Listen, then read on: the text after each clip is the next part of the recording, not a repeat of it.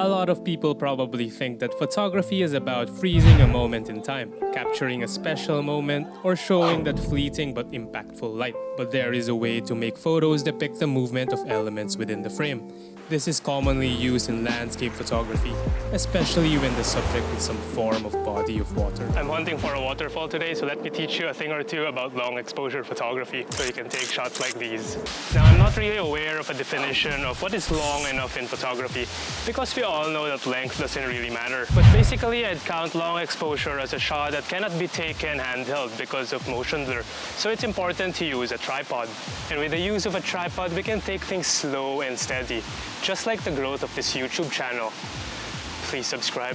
So I really like the shot here in the background because you can see there are some trees framing and blocking out portions of the sky, which I think is quite blown out today. And then you can see that in the middle there's like the flow of the water, and then there are some nice foreground rocks as well. I like the framing of this shot with a good balance of the background trees in the foreground, but the stream didn't look like it stood out. So I positioned myself closer to the side, cleaned up my watery lens, and found this shot where the stream looked more like the subject of the photo. This looked much better in having a clear subject focus in the frame, and now the question is what kind of settings is used for achieving this effect. I generally use manual mode when I do long exposure photography because I want to be more precise with the camera settings that I am using, especially for the shutter speed. When you're shooting at night or low light, it is easy to achieve longer shutter speeds. But during the midday, it is also possible, but with the use of specific filters called neutral density filters. ND filters like these will reduce the incoming light to your camera sensor, making your camera compensate by allowing for longer shutter speeds to keep the same exposure.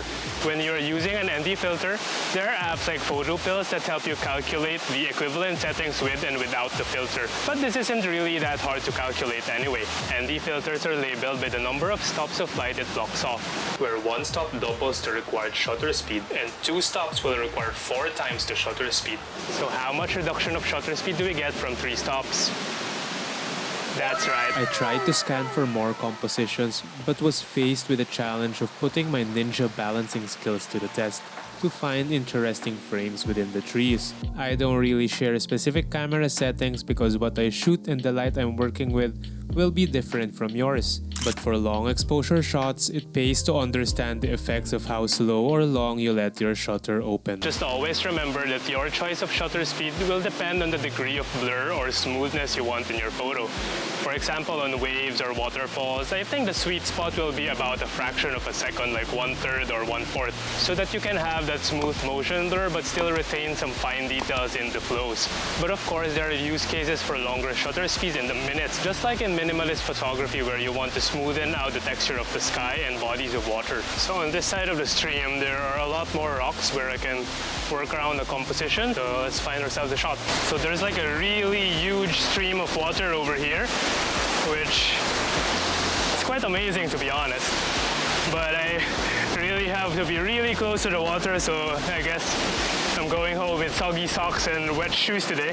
But I specifically went out today because I knew it was going to rain, so I thought that going on a waterfall will mean that there's a lot more volume in those falls. And I think I was right today. Like, the stream is just roaring.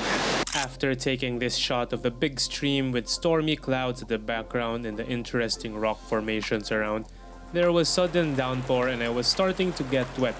But I came prepared this time and thought ahead. So when the conditions for going out become very challenging, like it's very rainy, just bring a friend with you so that you can suffer together. This is my very futile attempt on staying dry in a waterfall and stream hike with rain. Protect the gear, thank God for weather sealing. When you're using really long exposures, then it pays to consider having a remote trigger cable or even just setting a self-timer within your camera, because even just pressing this shutter button will introduce some form of camera shake within your photo and introduce unintended motion blur. So another tip when shooting bodies of water is to use a polarizing filter, which helps reduce the glare from reflected light, and it makes the saturation of the shot a bit punchier. Yeah, that filter is really a game changer. I found these minor falls at the side of the stream, which I quite like the simple framing of having the tree branch as the natural frame. So I'm just zooming in towards the falls and simple shot. I made a mistake on this shot of having the tree branch cut off on the edges, so I had to crop it out. Lesson learned, be more mindful of the composition. Luckily, I took a wider shot for a field view that I think worked out quite okay. I think Janelle is already regretting her decision to come today.